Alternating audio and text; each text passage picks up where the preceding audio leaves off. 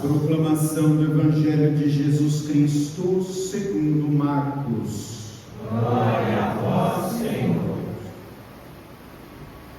Naquele tempo, Jesus atravessou de novo numa barca para outra margem. Uma numerosa multidão se reuniu junto dele e Jesus ficou na praia. Aproximou-se então um dos chefes da sinagoga, chamado Jairo. Quando viu Jesus, caiu a seus pés e pediu com insistência: minha filhinha está nas últimas. Vem e põe as mãos sobre ela, para que ela sare e viva. Jesus então o acompanhou, e uma numerosa multidão o seguia e o comprimia. Ora, achava-se ali uma mulher que há 12 anos estava com uma hemorragia, tinha sofrido nas mãos de muitos médicos, gastou tudo o que possuía e, ao invés de melhorar, piorava cada vez mais. Tendo ouvido falar de Jesus, a mulher aproximou-se dele por trás, no meio da multidão, e tocou na sua roupa. Ela pensava: se ao menos eu tocar na roupa dele, ficarei curada. A hemorragia parou imediatamente e a mulher sentiu dentro de si que estava curada da doença. Jesus logo percebeu que uma força tinha saído dele e, voltando-se no meio da multidão, perguntou: quem tocou a minha roupa? Os discípulos disseram: estás vendo a multidão que te comprime e ainda se pergunta quem te tocou? Ele, porém, olhava ao redor para ver quem havia feito aquilo. A mulher, cheia de medo e tremendo, percebendo o que lhe havia acontecido, veio e caiu aos pés de Jesus e contou-lhe toda a verdade. E Jesus lhe disse: filha, a tua fé te curou. Vai em paz e fica curada dessa doença. E ele estava ainda falando, quando chegaram alguns da casa do chefe da sinagoga e disseram a Jairo: tua filha morreu. Porque ainda incomoda o mestre?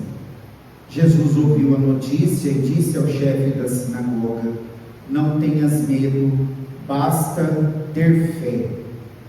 E não deixou que ninguém o acompanhasse, a não ser Pedro, Tiago e seu irmão João.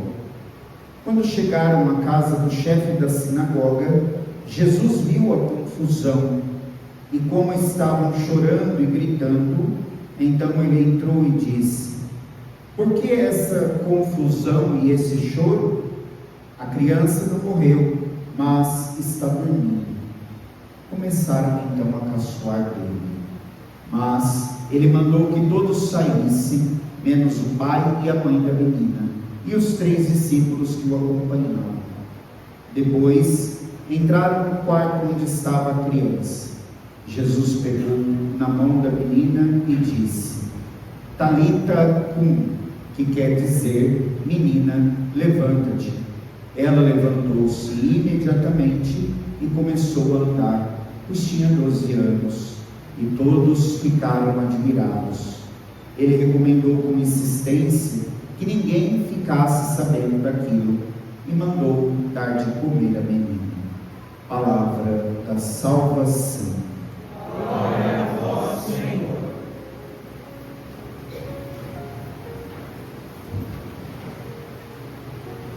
Meus amados irmãos e irmãs no Senhor, ao nos reunirmos para participarmos desta Santa Eucaristia, onde estamos meditando a Palavra de Deus, Jesus se apresenta para nós como sacramento universal de salvação.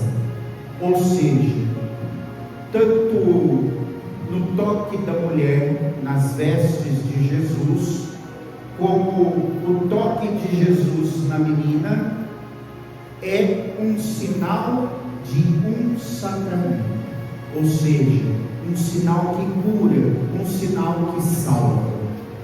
E hoje, como nós não contamos com uma presença física, humana de Jesus no meio de nós, Jesus nos cura e toca na nossa vida por meio dos sacramentos da igreja. A igreja, através dos sacramentos de Cristo, vai realizando esses sinais visíveis na nossa vida, para que a graça de Deus aconteça em todo momento da nossa vida, desde o nosso nascer até o momento da nossa morte. E é interessante nós percebermos que nos dois episódios de cura, Jesus faz somente um pedido: a fé. A mulher foi curada da sua hemorragia porque teve fé. A filha de Jairo voltou à vida porque seu pai e sua mãe tiveram fé. Nós precisamos entender que a fé é o dom de Deus que nós recebemos lá no nosso batismo e que nós vamos cultivando, trabalhando, vivendo cada dia da nossa vida, para que ela cresça e desenvolva diante das situações.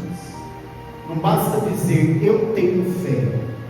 A fé é como se fosse uma vida de exercício. Se eu não fazer os exercícios, se eu não me dedicar inteiramente a essa atividade, a fé não vai crescer. Não é Deus fazer em nós uma mágica e só a gente pedir: Senhor, aumenta a minha fé. Primeiro que Deus não tem obrigação de aumentar a nossa fé. A fé é um exercício da nossa vida, onde nós vamos cada dia mais experimentando e criando intimidade e comunhão com o Senhor. Por isso não é Deus que tem que vir ao nosso encontro, não é Deus que tem que fazer alguma coisa para aumentar a nossa fé, mas sim nós que temos que fazer esforços, penitência, temos que fazer de tudo, ter vida de oração, para que a nossa fé cresça. Comparado a uma planta, se você não colocar adubo, se você não regar, não colocar esterco, essa planta não vai desenvolver. E se for uma árvore frutífera, não vai produzir fruto. Assim é a nossa vida de fé. Se nós não rezarmos, se nós não vivermos a nossa amizade, a nossa comunhão com Deus, buscarmos a Deus em todas as situações, não vai. Nós podemos dizer que a nossa fé é falha. Nós que recebemos o santo batismo, não podemos dizer eu não tenho fé. Todos nós temos fé, porque a fé foi um dom dado por Deus para nós no nosso batismo. O que pode acontecer é que ela pode estar adormecida. O fato de nós não cultivarmos, o fato de nós não buscarmos a intimidade, a comunhão pela oração, a fé está lá, jogada no canto, vamos dizer assim. E aí nós precisamos entender se a graça de Deus, se a ação de Deus precisa e deve acontecer na nossa vida, é pela nossa fé, é pelo nosso desejo da busca constante de Deus. E aí nós temos que pensar a seguinte situação: talvez nós em diversos momentos já tenhamos rezado pedindo a cura física para nós, ou a cura física de alguma um ente querido e não tenha acontecido. Só que nós sabemos que nosso Senhor não olha só a nossa dimensão corporal. Nosso Senhor está preocupado com a salvação da nossa alma. A nossa alma precisa ser salva. O corpo, quando nós terminarmos a nossa caminhada terrena, vai ser dissolvido, vai voltar ao pó. Agora, quando nós buscamos ao Senhor, Senhor, cura as enfermidades da minha alma, cura a fraqueza da minha alma, da minha vida que está caminhando distante de vós, que está caminhando distante do seu amor, aí nós percebemos que a graça e a cura de Deus vai acontecer. Por isso que eu digo a vocês, muito mais do que a cura física, que talvez não venha como nós queremos, como nós desejamos, a nossa preocupação deve ser: eu estou deixando o Senhor curar a minha alma? Eu estou deixando o Senhor curar o meu ser? E é muito importante que crer em Deus não pode estar limitado somente a milagres, a curas e benefícios que Deus traz na nossa vida. O crer em Deus é em todas as situações, todos os momentos. Hoje, ao celebrar a memória de São Brás, o santo que deu a sua vida por Cristo e pelo Evangelho, nós podemos pensar a seguinte afirmação, a partir da vida de São Brás: o ser humano, ele só é santo porque ele ama a Deus acima de tudo e acima de todos. Nós só vamos chegar à graça da santidade quando a nossa fé for amar a Deus acima de tudo e de todos.